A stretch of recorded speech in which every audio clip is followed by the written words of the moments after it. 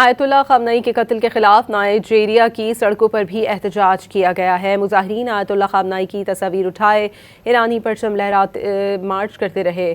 مظاہرین نے امریکہ اور اسرائیلی جارحیت پر غم و غصے کا اظہار کیا ہے۔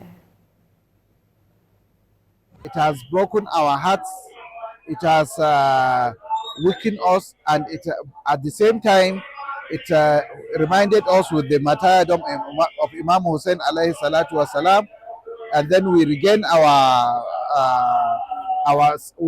ourselves, and